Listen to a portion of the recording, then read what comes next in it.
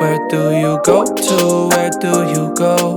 Coucou tout le monde, on se retrouve pour encore une pile à lire. Je sais, j'enchaîne les piles à lire, mais bon, il y a plusieurs challenges, donc ça peut vous donner des idées si jamais vous êtes tenté par un challenge. Et en ce moment, il y a pas mal de challenges du coup.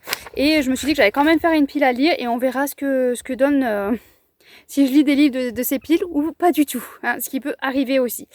Donc, c'est le challenge Vilaine créé par Mira Janchi. Ça se passe du 1er novembre au 15 septembre, me semble-t-il, au niveau des dates. Si jamais je me plante, de toute façon, je vous mets en barre d'infos sa vidéo présentation, comme ça vous aurez les dates exactes et tout ce qu'il en est. Et donc, il y a 10 catégories et on va partir de suite.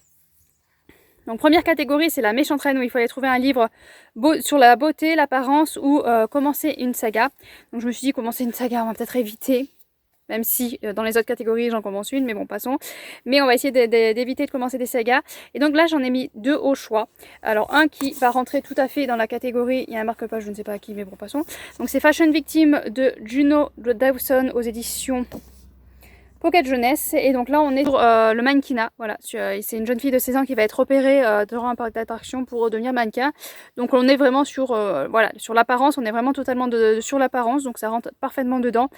Mais je sais pas, voilà, je sais pas si j'aurai la motivation de lire ce livre-là. Par contre, j'en ai mis un autre où je triche un tout petit peu, mais bon, hein, voilà, faut toujours tricher dans un challenge. J'ai mis Mémoire de la forêt, le tome 2 de Michael Brun-Arnaud aux éditions L'École des loisirs. Alors lui, on n'est pas sur l'apparence ni sur la beauté, mais on est quand même sur l'apparence au niveau de l'édition.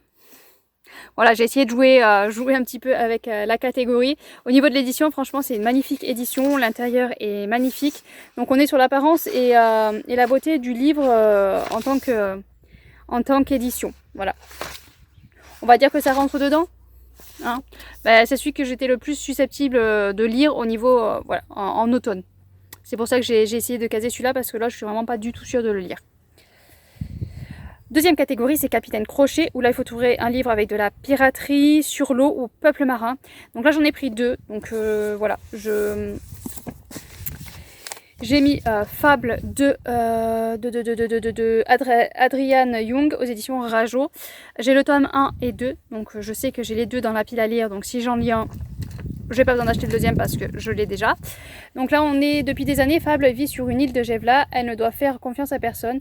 Les récifs coralliens sont son domaine. Là elle plonge et extrait des gemmes qu'elle revend au jeune capitaine d'un navire marchand. On est sur les mers, on est avec une jeune femme qui plonge dans les mers, donc ça rentre dedans. Et sinon, je me suis mis celui-là, c'est La fille du roi pirate aux éditions Stardust de Tricia Levenseller. Là, c'est pareil, on est avec une jeune fille qui va, pour son père, je crois qu'elle doit aller récupérer une carte. Enfin, on est sur les mers aussi, en tout cas, sauf que là, j'ai pas le tome 2. Donc, si je commence celui-là, il va falloir que je traque pour acheter la suite. Donc, vaut peut-être autant que je lise Fable, où j'ai déjà la suite, mais bon. On verra si je lis un de ces livres, lequel je me laisserai tenter. Ensuite, on a Maléfique. Et là, il faut lire un cours royal, fantasy et des dragons. Alors, je rentre presque parfaitement, hein, mais il n'y a pas de dragons. On est dans la cour des miracles de Victor Dixon aux éditions Robert Laffont. Donc c'est le tome 2, j'ai lu le tome 1 et il serait temps que je continue parce que il y a la deuxième trilogie qui a attaqué. C'est une saga qui va se passer en 12 tomes, coupée en 3 trilogies, en 4 trilogies, parce que 3 x 4, 12. Voilà, donc en 4 trilogies, donc là on est à la cour de Louis XIV qui règne toujours parce que c'est un vampire et il se sert du peuple pour nourrir un petit peu les hauts placés qui sont vampires. Voilà, vite fait, je sais qu'il y a eu beaucoup de retours très positifs sur cette saga. J'avais bien aimé le tome 1, mais voilà, c'était ça en plus. On verra si le tome 2 nous embarque un peu plus. En quatrième, c'est Madame Mime. Alors, je vous avoue que là, je connaissais pas du tout. Donc là, c'est Magie, Transformation et Métamorphose. Et donc, j'ai pris Harry Potter, magie, voilà, automatiquement. Et La Coupe de Feu de J.K. Rowling aux éditions Folio. C'est le tome 4. J'ai toujours pas avancé. Ça fait 2 ans, je crois, que je stagne à cela. J'ai bien aimé les 3 premiers tomes, mais voilà, c'est pas à la hauteur de tout ce qu'on y fait autour. Donc du coup, ça m'avait mis quand même un petit frein. Mais je me dis qu'il faudrait quand même que j'avance parce que peut-être que j'ai entendu, je crois que c'est à partir du 5 même. Peut-être pas le 4, mais le 5, c'est le mieux. Donc bon, faut que j'avance pour arriver jusqu'au tome 5, qui serait a priori le mieux. Mais bon, à voir ce que donne cette saga quand même, il serait temps. Cinquième catégorie, c'est Ursula. Il a faut lire un livre avec livre le plus en vue, une LC ou... Je sais même pas ce que j'ai écrit, j'arrive même pas à me lire, mais en tout cas, moi j'ai choisi la LC parce que je dois lire en LC Si je serais grande de Angelina Delcroix. Là, c'est des éditions France Loisirs. On le lit en lecture commune, c'est un tome 2, mais qui peut se lire indépendamment de l'autre. Mais vu qu'on retrace un petit peu on suit toujours la même enquêtrice, donc du coup, ce serait pas mal quand même de lire le tome 1. Mais là, on est avec une enquêtrice qui est enceinte et qui doit enquêter sur des disparitions de jeunes filles. Voilà, je ne veux pas relire le résumé, donc vous n'en serez pas plus, mais ça, voilà, je sais que la plume d'Angelina Delcroix est très très fluide, ça se lit très vite, très bien, donc j'aurai pas de souci pour le lire. En 6, c'est John Radcliffe, et là il faut lire sur le racisme, nouveau monde ou colonisation. Et donc moi j'ai pris Oudsphère, le tome 2 de Guy Roger Duvert des éditions Inceptio, parce qu'ils vont coloniser une nouvelle planète. Voilà, ça marche, c'est d'une colonisation. Je sais plus, en plus ça fait un moment que j'ai lu le tome 1, donc j'ai des petits éléments qui vont partir petit à petit. Ils débarquent sur une nouvelle planète et ils essayent de faire un nouveau peuple, mais ça va être rempli de dangers et ça va, voilà, il y aura des difficultés. C'était une écriture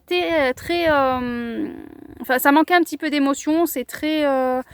Certains ont dit que c'était une écriture, apparemment l'auteur est... Je trouve pas le mot. Cinéaste. Non, ou c'est fait très scénario de film, voilà, un scénario de film. Du coup, il manque un petit peu d'émotion, un petit peu, mais bon, moi j'ai bien aimé ce tome 1, donc je vais lire la suite. En 7, c'est Frollo. Donc là, il faut lire un livre sur la religion qui se passe en France ou d'un auteur français. Donc moi, j'ai pris un livre qui est d'un auteur français. Miss Hermione et le voleur de rêves de Jean-Luc Conessa. Jean-Luc Conessa, si vous ne le connaissez pas, c'est que vous venez juste de débarquer sur cette chaîne, hein, parce que c'est un auteur chouchou pour moi. C'est de l'auto-édité, mais voilà, si vous êtes réfractaire à l'auto-édité, soyez pas réfractaire parce que c'est vraiment un auteur à pépite.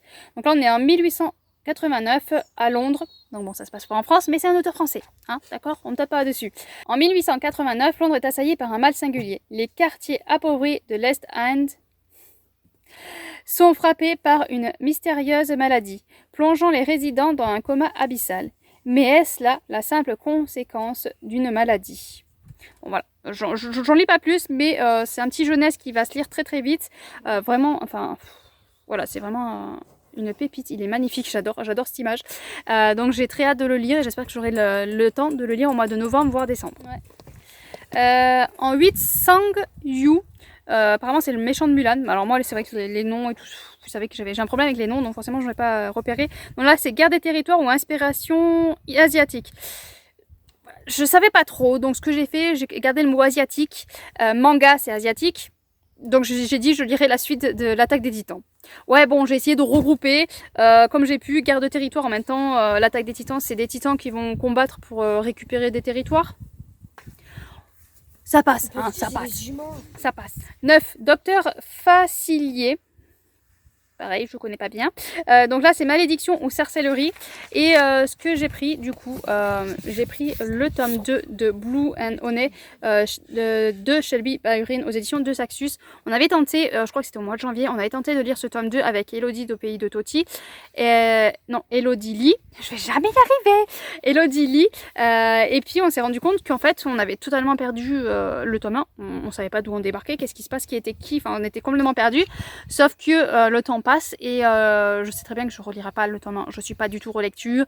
C'était pas une assez bonne lecture pour me dire bon allez quand même fais un effort, relis-le. J'y arriverai pas. Donc je vais quand même peut-être tenter de lire ce tome 2 et je vais peut-être aussi essayer de lire le tome 3 pas trop loin parce que voilà, c'est vite oubliable, Après c'est une lecture dont j'ai très très peur parce que j'avais bien aimé le tome 1 mais voilà, pas ça en plus, et il y a eu beaucoup de retours négatifs sur celui-là qui serait que la romance, alors qu'il y a un univers de dingue qu'on pourrait faire là-dedans. Donc voilà, j'ai un petit peu peur, j'avoue. Et pourquoi Malédiction et Sorcellerie? Parce que c'est une sorcière. Parce qu'il y a des sorcières là-dedans. Voilà, hein, j'ai essayé de remplir comme je pouvais. Par contre, il y a la 10e catégorie qui est Hans, Triangle amoureux ou Amour déçu, où là, j'ai pas trouvé parce qu'en fait, quand tu lis un titre ou quand tu lis un résumé, tu sais pas forcément quand il y a un triangle amoureux ou si c'est un amour déçu, enfin, c'est délicat. Donc du coup, j'ai pas trouvé. Mais Radiance. Radiance. Bon, je sais pas. Bon, apparemment, il y aurait Radiance qui rentrerait dedans. C'est mon fils de 14 qui me dit ça. Donc j'irai regarder, je ne sais même pas ce que c'est, de quoi qu'est-ce, mais bon, j'irai jeter un œil. C'est un petit livre apparemment, en 2 tomes, c'est ça? Donc bon, j'irai jeter un œil, voir ce que c'est. Si j'ai le temps, je le lirai, voilà, on verra ce que ça donne. Donc voilà pour encore cette nouvelle pile à lire. J'adore, de toute façon c'est ma passion, faire les piles à lire. Après les lire, c'est autre chose, voilà, c'est autre chose. Bon, voilà. Ce qui est bien, c'est que c'est tellement haut que je me cale le bras dessus. Impeccable, c'est utile les piles. Bah allez, sur ce, je vous laisse, je vous souhaite de bonnes lectures et à bientôt bien sûr. Et vous la trouvez comment cette cabane? Ouais. Les enfants ont fait une magnifique... Qui l'a construit. Qui l'a construit? Bah oui. Il est. C'est moi qui l'ai construit plutôt, non? Oui. Hey, what up, girl? How you doing?